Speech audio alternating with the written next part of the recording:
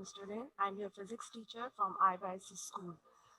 So first I'd like to share some instruction that take a screenshot of every slide that will be shared and do your home task in your fair copies. Now in today's class our topic are simple harmonic motion, example of simple harmonic motion and wave motion. These three topics we have discussed in the previous class, and now in the today class we are discussing characteristics of wave, how sound is produced and velocity of sound. So these are the last three topics will be discussed today. Okay, so first we are moving toward the characteristics of wave. As we know that longitudinal waves and transverse waves are both in our periodic motion. They both are in a periodic motion. It's mean they repeat their pattern continuously. So they both of them have to follow the following similar characteristics, and these characteristics are wavelength, amplitude, time period, frequency, and the velocity of speed.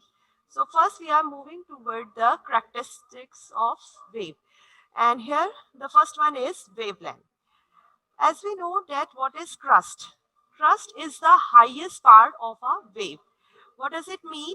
Means that if you can show, if you look at the picture, so that dotted line indicate the mean position of the equilibrium and the position which is at the maximum level from the mean position.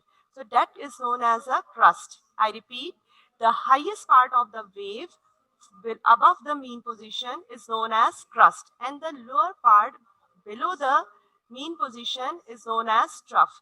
Okay, so these are the two parts of the wave which we have discussed in our previous class, and now today we are repeated. So that crust is the highest part of the wave and the trough is the lowest part of the wave. Highest above the mean position and lowest part mean below the mean position. So these are the crust and this is the trough. And now what about the wavelength? First of all, its name is wavelength. It's mean it is a distance, it is a length. Okay, so do you remember that it is a length, it is a distance.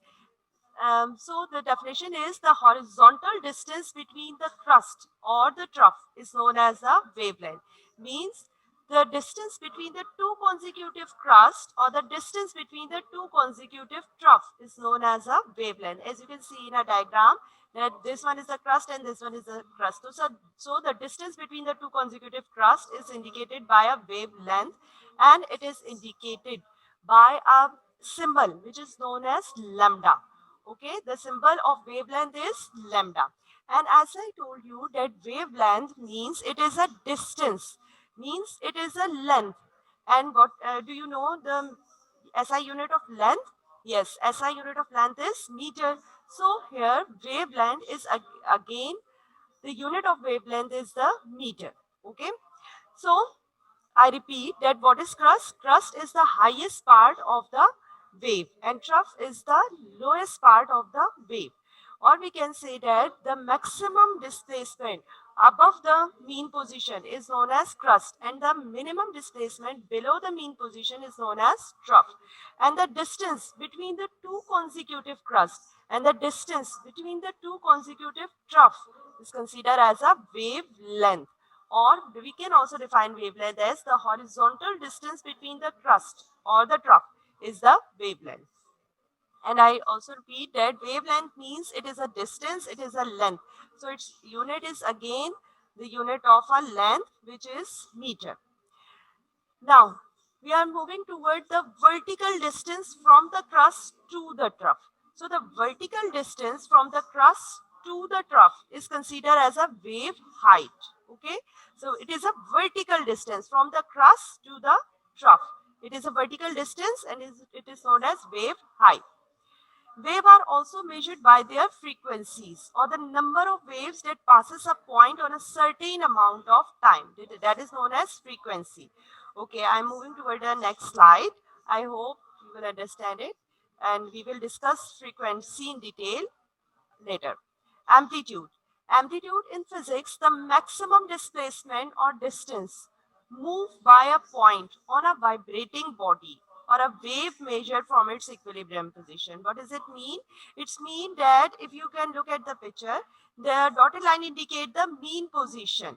Okay, it is a mean position. So the maximum displacement, it is a maximum displacement from the mean position to the highest point. That is considered as a maximum displacement. So this one is considered as a amplitude. Okay, in a very simple word, we can define amplitude as the highest displacement. The highest displacement from a mean position is considered as a amplitude. It will be from the mean position to the crust. It could be from the mean position to the trough. It is that one is also a amplitude. And student, remember it that at every point from the wave, we have a displacement. Okay, at every point from the mean position, when the wave is moving upward from the mean position or the wave is moving downward from the mean position. So every point along the wave is considered as a displacement, but the highest displacement is considered as the amplitude. So do remember it that the highest displacement is considered as the amplitude. Okay, so I hope you will understand it. What is amplitude? The maximum displacement or a distance moved by a point on a vibrating body. Means a wave, vibrating body means when a wave is traveling from one point to another. Vibrating body or wave measured from its equilibrium position means we have to measure the amplitude from the equilibrium position. It is very necessary. Okay, so we are moving toward the next characteristic, and that is about the time period. So time period means time period is the time taken by a complete cycle of the wave to pass a point. So first we have to understand that what is the meaning of cycle. So cycle means a crust and a trough combined to make one complete wave or a one cycle. As you can see in a diagram that a crust and a trough are combined to make a one complete cycle. Okay, so amplitude is again this diagram again show the amplitude, the maximum displacement, and one cycle means a one complete round trip. Or if we have a longitudinal waves, so from the compression to rarefaction is the one complete round trip. Okay. And how we indicate a time period? So time period is the time taken by a complete cycle of the wave. Means the time required to complete one cycle. Or I can say that the time required to complete one vibration or one crust and one trough is known as time period. Time period is the time taken by a one complete cycle of the wave to pass a point. And formula of the time period is given as T is equals to 1 over F. It's mean time is the reciprocal of frequency. Time period is the reciprocal of frequency. And as we know, the SI unit of the time period is second. So again, the time period, the SI unit of time period is a second. I repeat that time period is the time which is required to complete one cycle, means one crust and one trough. And time period is also a reciprocal of a frequency. And as we know that the SI unit of the time period is second, so here we also have a SI unit of our time period is second. I hope you will understand it and take a screenshot of that slide, so it will be helpful for you to write the definition of the time period. And now we are moving toward a frequency. In physics, the number of waves that pass a fixed point in a unit time. Frequency means the number of cycle of vibration undergone during one unit. Means the number of waves which are passing through a 1 second is known as frequency. The number of waves which are passes through a 1 second means how many waves can be comes out in a 1 second. That is known as the frequency. So as you can see that we have drawn two types of waves. Here the wavelengths are very small. In the waves which is indicated by the orange color, that wavelength have a shorter wavelength. That waves have a shorter wavelength. But the waves which is indicated by that green line that have a greater wavelength. So the frequency is greater by of the above wave because it has greater number of waves in a 1 second, and the frequency of the lower wave is less because it has less number of waves in a 1 second. Okay. So frequency is the reciprocal of the time period. Okay. Frequency is the reciprocal of the time period. So its formula will become F is equals to 1 upon T. So do remember class that time period and frequency are reciprocal to each other. Okay, time period and frequency are reciprocal to each other, and the unit of the frequency is hertz. Okay, what we call it? We call it hertz. It is indicated by a letter H Z. It is indicated by a letter H and Z, capital H and small z.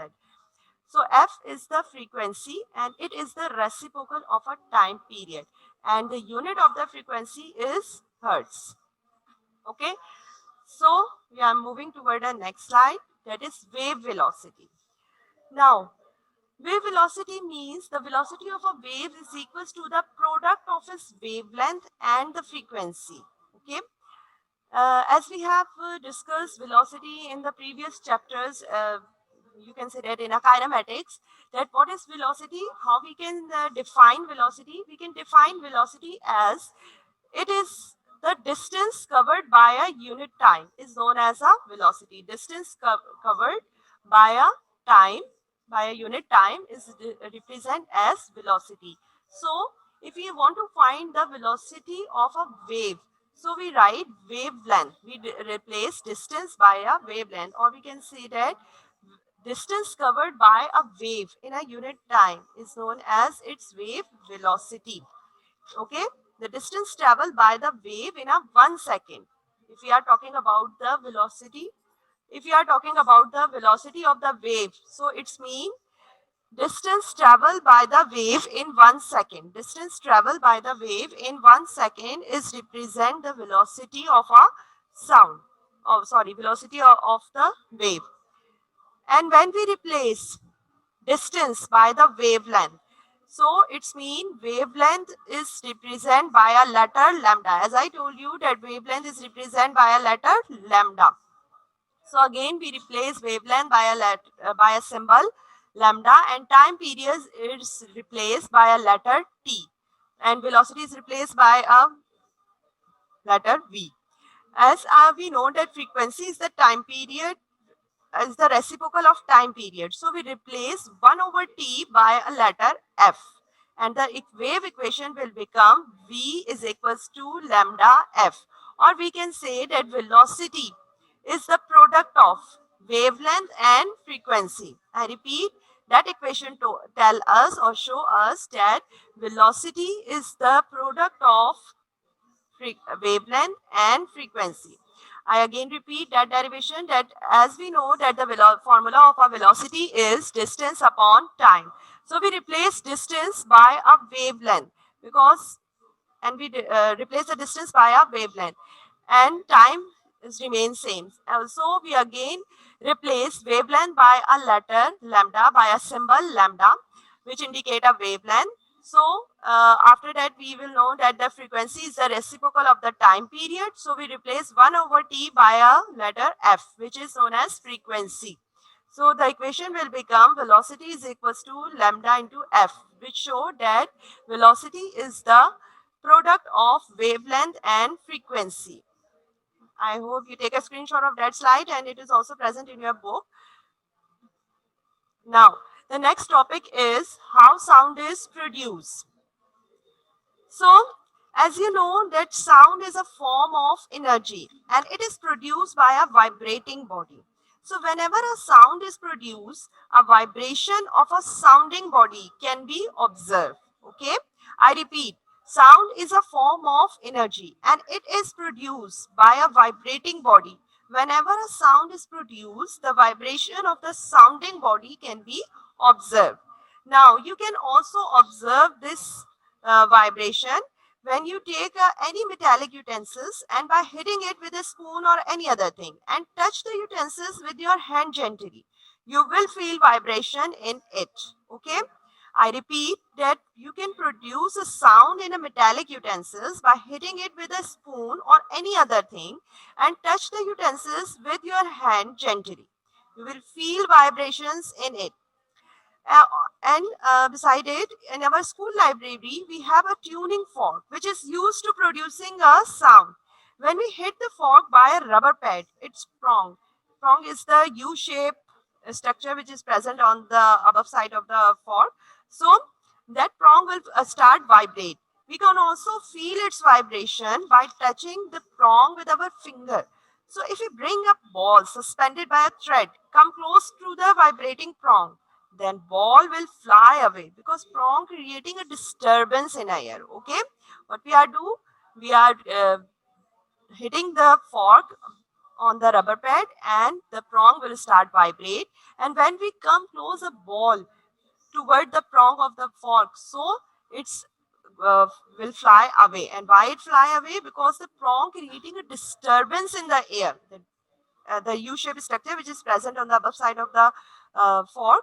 So it creating a disturbance in the air, and due to which the ball will fly away. So we can conclude that sound is produced when a body is vibrating. Okay, the sound is produced when a body is vibrating, and it produces disturbance in the surrounding air. Okay, I repeat, sound is produced when a body is vibrating and it produces disturbance in the surrounding air. The disturbance reach our ear in the form of waves. Okay, that disturbance which is creating by that object that reach our ear in the form of waves and producing sensation of sound. So if there is no medium around the vibrating body, so the sound waves will not reach our ear. Okay, if there is no medium around the vibrating body, so the sound waves will not reach our ear and will not hear any sound. So it's mean that for the propagation of the sound, we required a medium. Okay, for the propagation of sound, we required a medium. Without the medium, we cannot hear the sound, because sound is the form of energy, because sound travel in the form of waves, and waves is the disturbance in a medium. So if there is no medium, there is no disturbance and sound will not be travel. Now, for the propagation of sound waves, medium is necessary, and that is why we cannot hear the explosive sound produced in the sun. Class, do remember that it is also a reasoning question, that for the propagation of the sound, medium is necessary, and that is why we cannot hear the explosive sound produced in the sun, not heard on the earth. As no air is present in the space, so no sound will be heard. Okay, so I think you will understand it by looking at the diagram, that someone is in a water, so they can hear a sound because there is a medium, there is a water, liquid is present there, so the sound waves are travel from the point of source to the listeners. And if someone is on a vacuum, so there is no sound in a vacuum, in a space, that's why we cannot hear any sound. Okay, so we are moving toward the next topic, and that topic is the velocity of sound. So it also relates with our previous topic, that we have discussed that the wave speed is the distance traveled by the wave in 1 second. It is the direction of in the direction of the wave. So speed of a sound can be defined as distance traveled by any point on a wave divided by time. Okay. The speed of the sound is the distance traveled per unit time. So do remember it, the speed of sound is the distance traveled per unit time. A sound wave as it propagates through an elastic medium. At 20 degrees centigrade, the speed of sound in air is 343 meter per second. Okay, and it depends strongly on the temperature as well as the medium through which the sound waves is propagating. Okay, now we are moving toward the next slide for the further study of the velocity of sound. Again, we have a velocity derivation of the wave equation, or the derivation of the wave velocity. As we have discussed, that what is velocity? Velocity is the distance divided by time, or we can say that wavelength divided by time period. And by placing the symbol of a wavelength and the symbol of a time period, so we get 1 over t into lambda. Lambda is the symbol for the wavelength. So if we replace frequency by a letter 1 over t, so we get v is equals to lambda f. Okay. So now, what are the factors that is affecting the velocity of a sound? As you can see, that velocity of sound is depend upon the temperature. By increasing the temperature, the velocity is also increased, and by decreasing the temperature, velocity will also decrease. As we have shown you in the previous slide, that the uh, amount of velocities due to the temperature. So I again repeated that velocity of the sound in air. If we are talking about the velocity of sound in air, so if the temperature is changed, velocity of sound is again changed, and again it is directly proportional with each other.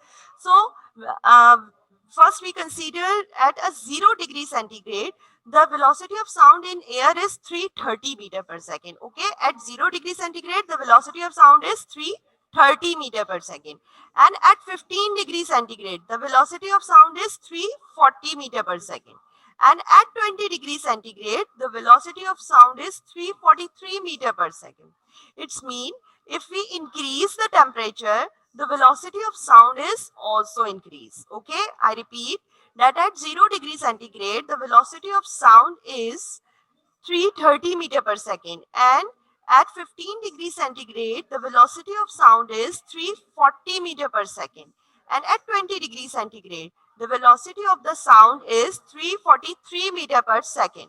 So the velocity of sound is different in air due to the temperature. At 0 degree, at 15 degree and 20 degree, we have some different measurements for the velocity of sound because the temperature is different.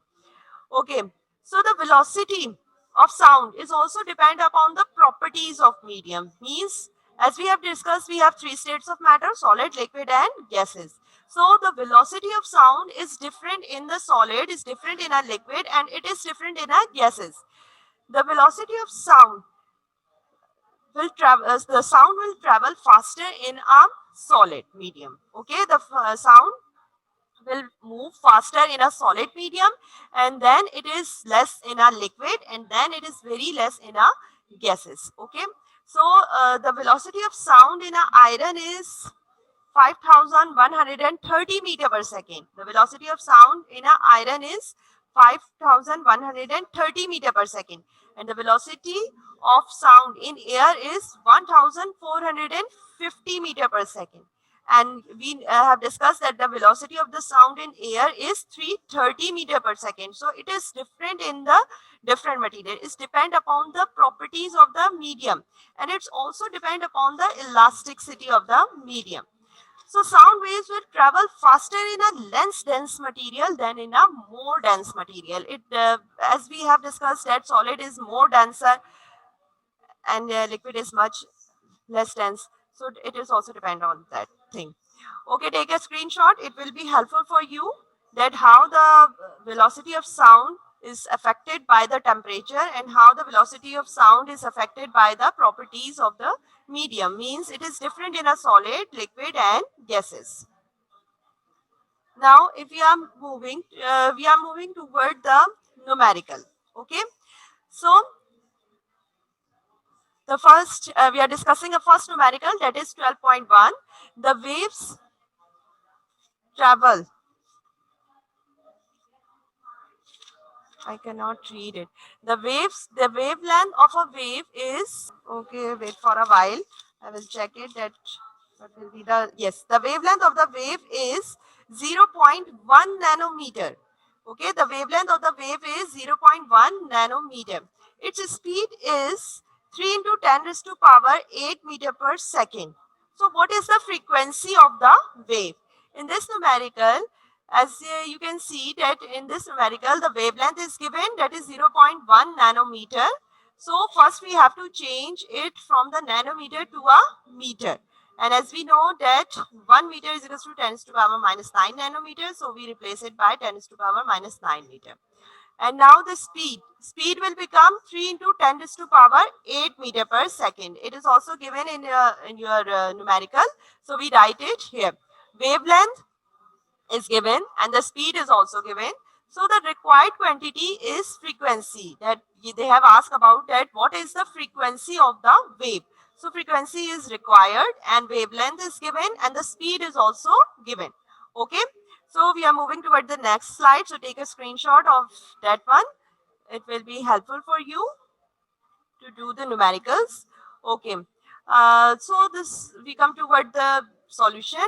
We are moving toward the solution of the numerical. As we have discussed that the formula of the velocity is V is equals to lambda F, means velocity is the product of lambda and frequency. So what we have to find out in this numerical, the required quantity is frequency, and as you can see that frequency is present in a numerator, so we don't have to shift that frequency. What we have to do, we have to shift that lambda, we have to shift that wavelength toward the other side, and as you can see that lambda is multiplied by the frequency, so when we shift toward the other side it will divide with the velocity. So in our next step, you can see that there is a transformation of the formula. We transform the formula in terms of frequency. And how we transform the formula? We shift the lambda toward the other side, and lambda is multiplied with the frequency. So when we shift it to the other side, it will be divided. So the formula will become frequency is equals to velocity divided by lambda or wavelength. Now by putting the values, we know that in a numerical, the value of the velocity is given, that is 3 into 10 raised to power 8, and the value of the lambda, it is also given, that is 0.1 into 10 raised to power minus 9. So we divide the quantities, we divide the values. And how we divide the values, you know very well that how we do the calculation. First we have to do the calculation on the decimal values, that is 3 or divided by 0.1. First we have to divide that two quantities and the answer will be 30. And what about the exponential values?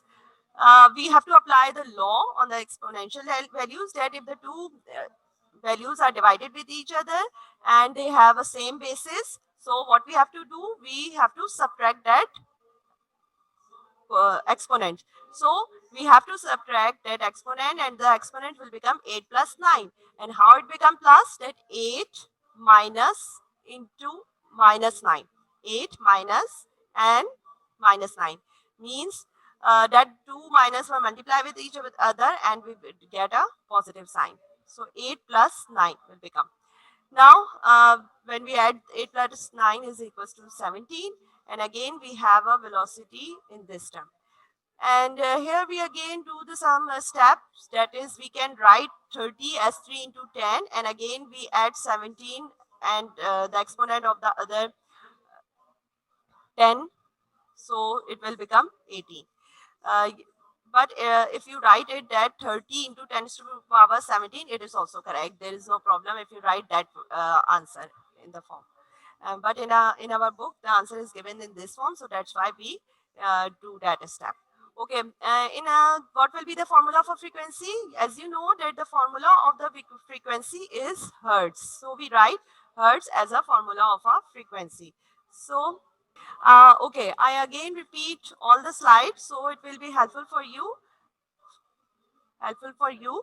to do to repeat it. In today's class, we have discussed characteristics of wave. So what we have to discuss wavelength, amplitude, time period, frequency, and the velocity of sound. These are the characteristics of waves. Okay, and when we are talking about the waves, it's mean we are talking about the longitudinal waves and transverse wave both. And why we consider both? Because they are the periodic waves, and since these consist of a pattern that are produced over and over again by the simple harmonic motion, so that's why they both exhibit the same characteristics or same values. Okay, now we are moving toward the characteristics of the wave. So to understand the wavelength, the first one is the wavelength. So to understand a wavelength, first we have to understand that what is crust and what is trough. So as you can see in a diagram that the dotted line represent the mean position or the equilibrium position. That dotted line indicate the mean position or the equilibrium position. So the maximum point above the mean position is known as the crust, and the maximum point below the mean position is known as the trough. In we can also define crust and trough is crust is the highest part of the wave and trough is the lowest part of the wave. Okay, so the distance between the two consecutive crust and the distance between the two consecutive trough is represented as a wavelength. Okay. So again, if we are talking about the wavelength, so do remember that it is a distance between the two consecutive crust or the two consecutive trough. So its unit is again, the unit of wavelength. So we are moving toward our next slide. That is amplitude. Amplitude is the maximum displacement from the mean position. Okay, and what is amplitude? Amplitude is the maximum displacement from the mean position. Either it from the crust to the mean position, either it is from the trough to the mean position. We can also take amplitude on both sides. Okay, now the time period. Time period, to understand the time period, first we have to understand what is cycle. So cycle means one complete round trip. One crust and one trough is together make a cycle. Okay, so if we are talking about the time period, so time period is the time which is required to complete a one complete cycle or a one complete vibration. So time period is the reciprocal of frequency. So T is equals to 1 over F is the formula. And now frequency. Frequency means the number of waves that passes about a fixed point in a unit time. And its formula is F is equals to 1 over T and its unit is Hertz. Now the wave velocity. Wave velocity is equals to the product of frequency and wavelength. So here is the derivation that we are using the formula of a velocity which we have discussed in the previous chapter, that is distance divided by time, and we replace distance by the wavelength, and now we replace the symbols by the terms, and as we know that frequency is 1 over t is the reciprocal of time period, so we again replace 1 over t by the frequency, and it is a derivation of a wave equation. Now, how sound is produced? As we know that sound is produced by the vibrating body, and the material medium is necessary to propagate a sound. So if there is no medium, we cannot hear any sound, as you can see in a diagram. Now the velocity of sound. Velocity of sound is also depend upon the temperature. It is also depends upon the solid, liquid and gases. It is greater in a solid, it is less in a liquid, and it is very much less in a gas. This is the numerical. Take a screenshot of that numerical, so it will be helpful for you to complete your copy work. And now this is the solution of this numerical. So take a screenshot. Now, this is the home task. Define the following terms: wavelength, frequency, amplitude, time period. We have discussed all the terms, and the definition is present in a summary. Definition is also present in a book. So you can find that definitions. Now define wave velocity and drive equation between frequency, wavelength and velocity. So definition of a wave velocity is present in a summary and the derivation is present in a topic. So you can also write from the summary and in a topic. And question number 3 is how the sound produced. A complete description of how sound is produced with the examples are present in a topic. So you can write that how sound is produced, and you can also write examples of how sound is produced. So these three questions which you have to do. Now, I again repeat home task, that is define the following terms: wavelength, frequency, amplitude, and time period.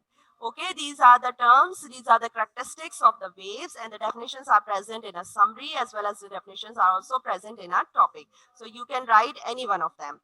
Now, question number 2 is define wave velocity. So the definition of a wave velocity is also present in a summary. It is also present in a topic.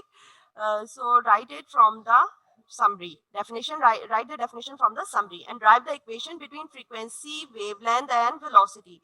So derivation is present in a topic. You can also write the derivation from it. Now how sound is produced, sound is it is also present in a book, and the complete description is present in a book.